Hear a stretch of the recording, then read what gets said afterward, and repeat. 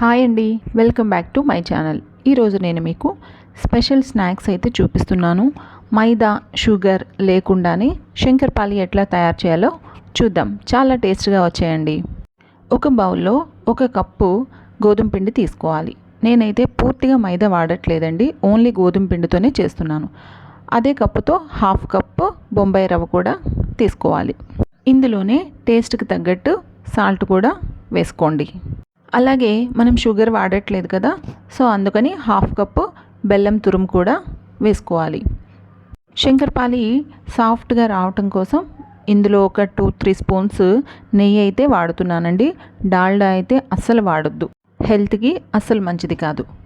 ఇప్పుడు మనం ఈ మొత్తాన్ని కూడా చేత్తో బాగా కలుపుకోవాలి. ఎందుకంటే బెల్లం తురుము వేసాం కదా, అది మొత్తం బాగా మెల్ట్ అయ్యి పిండి మొత్తానికి బాగా పట్టాలి.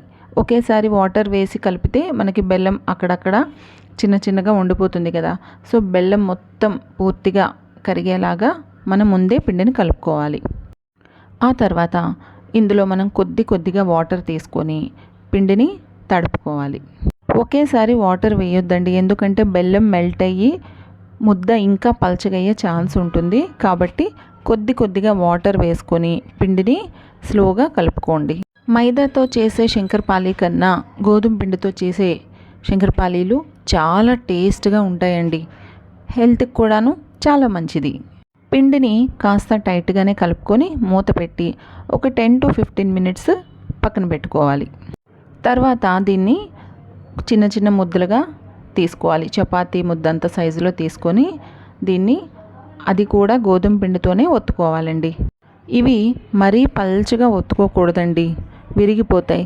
అలా అని మరీ తిక్కుగా కూడా ఒత్తుకోకూడదు. మీడియం సైజులోనే మీడియం థిక్నెస్తోనే వీటిని గోధుమ పిండితోనే ఒత్తుకోవాలి. ఇవి మొత్తం కూడా ఒకేసారి చేసి పక్కన పెట్టుకొని కూడా మనం వేయించుకోవచ్చు. ఇలా ఒత్తుకున్న తర్వాత మనం చాకుతో వీటిని చిన్న పీసెస్గా కట్ చేసుకోవాలి. అన్నీ ఒకే షేప్లో కట్ చేసుకుంటే చూడటానికి కూడా చాలా బాగుంటుంది. ఇలా ఎడ్జెస్ ఏమైనా ఉంటే ఎక్స్ట్రా అవన్నీ తీసి పక్కన పెట్టేసి వాటిని మళ్ళీ మనం ముద్దగా చేసుకొని మళ్ళీ ఒత్తి కట్ చేసుకోవచ్చు. చూస్తున్నారు కదా, ఈ థిక్నెస్తో అయితే మనం ఒత్తుకోవాలి.